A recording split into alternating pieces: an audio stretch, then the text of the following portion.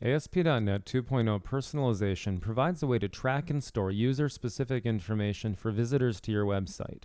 This demonstration shows how flexible the features are. You can store virtually any type of data and then retrieve the data from anywhere within the application. Configuring personalization is done in the ASP.NET Configuration tool. Personalization requires a supporting database. This has been configured to use the custom SQL provider. By default, it uses the access provider as membership does. First step here is to create a new user. You'll see how membership and personalization really works together. So this is the exact same feature that was used in the membership portion of the presentation to create the user. There's no difference in the way the user is set up. And because of the fact that a single provider was selected for all data access needs, the custom SQL provider, the same database and SQL Server will be used to store the users and to store the profile information.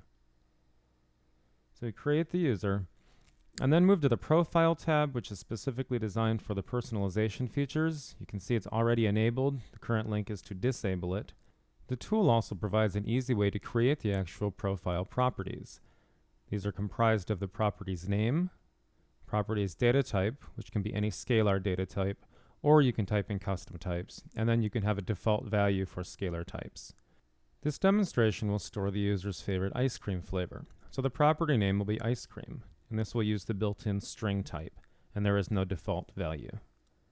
Now, property names do need to begin with a letter and can only contain letters and numbers because they are used as code references. So the value is created. You can close out of the tool. And just to demonstrate what actually happens to these settings, we'll open up the web.config file, go down to the profile section, very similar to what we saw in the membership session. However, now you can see, in addition to the default provider and the provider configuration information, there's now a properties section with an add element for ice cream with the type system.string. To demonstrate storing the data defined in the configuration file, the simple.aspx page will be used. And this will add the ice cream value for the user and display it on the form. This page identifies the user using the username control, and then has the label displaying the actual flavor and a text field to enter it. Clicking the My Ice Cream button will show the actual logic that will occur behind the scenes. The profile class exposes all of the different properties, in this case profile.icecream, and we'll assign it what was in the text box, and then assign to the label what's now in the profile property. So you can see the profile object exposes these properties totally programmatically without worrying about how the data is actually stored in the back end. When the page is initially loaded, we'll copy the profile value to the ice cream label. Now we're ready for a demonstration. Press F5 to start the application up again.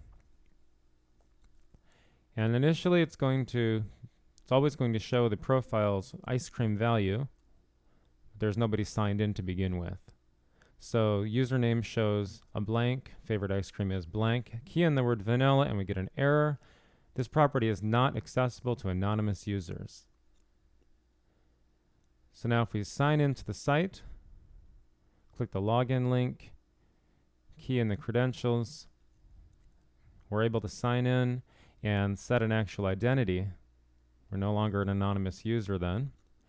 So now the login name control shows user2. But the favorite ice cream label actually is set to blank. Nothing has been set for this user yet.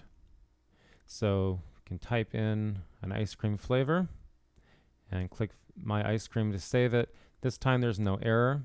User2's favorite ice cream is vanilla.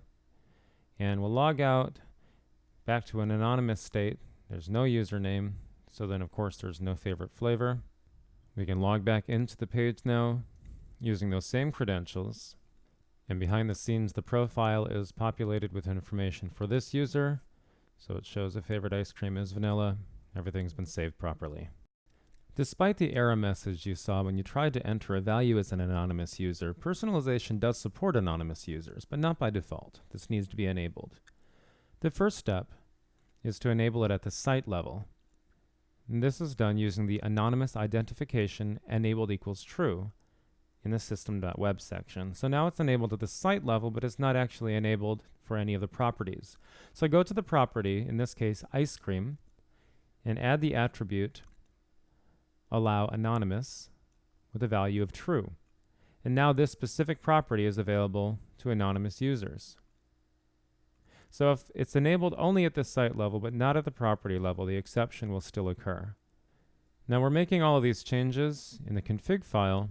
However, they can also be made in the configuration tool. Changes made in either place are automatically reflected in the other. So now we'll click F5, start up the application. We're still an anonymous user. There's no username. There's no ice cream. Type in chocolate. And now it creates a dummy entry in the membership database for the anonymous user and puts a unique cookie on the machine to keep track of it. And when it detects that that user is back, it does restore the profile and save the preference for the ice cream in this case. Now with a lot of anonymous users coming to the site, what will happen over time is their profile information will get saved. If those users never come back, they'll be orphaned in the database and consume unnecessary space. So just choose a date from here, and any users that have not visited the site since that date will have their personalization information removed. So click the delete button. It'll say how many records will be deleted if you go through with it. If you click OK, those entries are deleted. It's just a good way of keeping the database trimmed with only the necessary users stored in there.